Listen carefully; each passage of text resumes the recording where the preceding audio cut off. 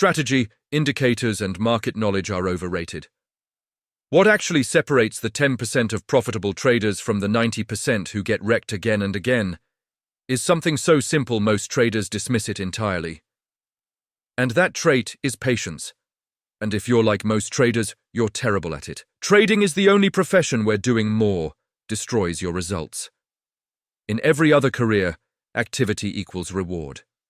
Work more hours, close more deals, complete more tasks, you get paid more. But trading flips this logic upside down and crushes those who don't adapt.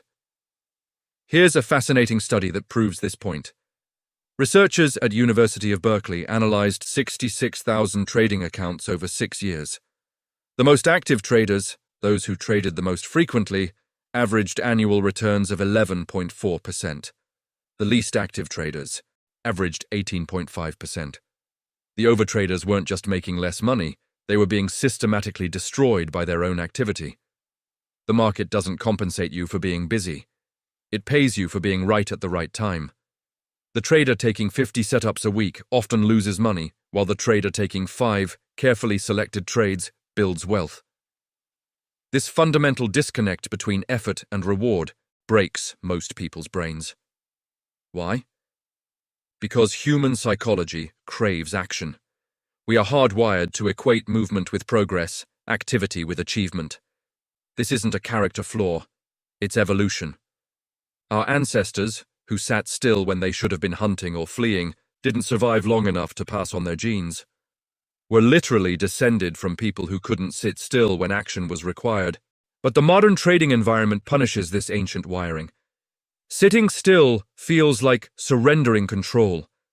But in trading, the need to do something becomes your worst enemy.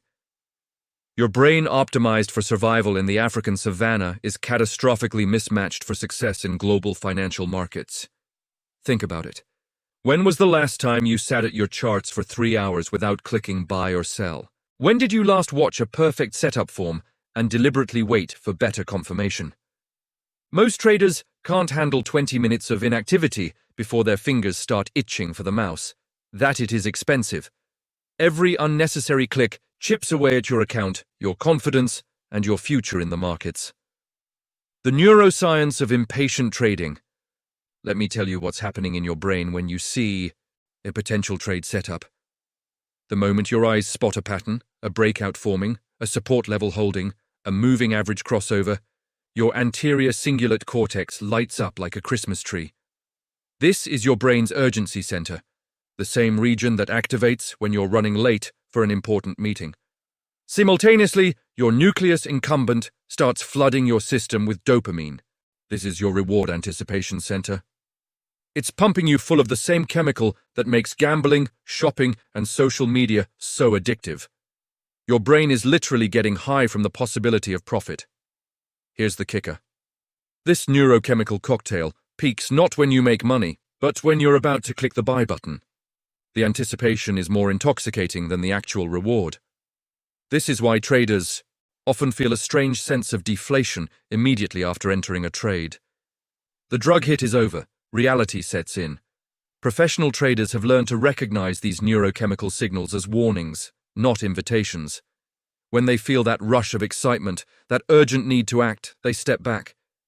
They've trained themselves to associate the urge to trade with danger, not opportunity. The dopamine trap. Why your brain betrays you. Here's something they don't teach in trading courses. Your brain is working against you every second the markets are open. Dopamine, the neurotransmitter responsible for motivation and pleasure-seeking, operates on what scientists call a prediction error system.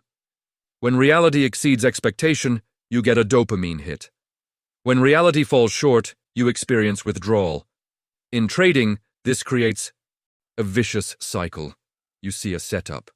Your brain anticipates profit, dopamine spike.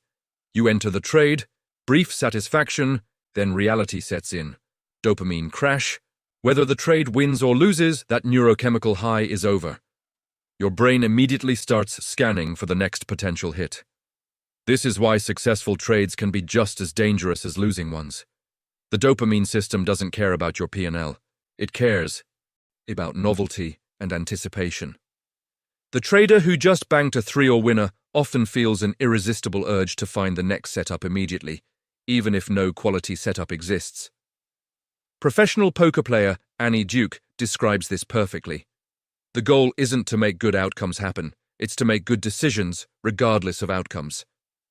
In trading terms, this means your dopamine system should activate when you demonstrate discipline, not when you click buy or sell.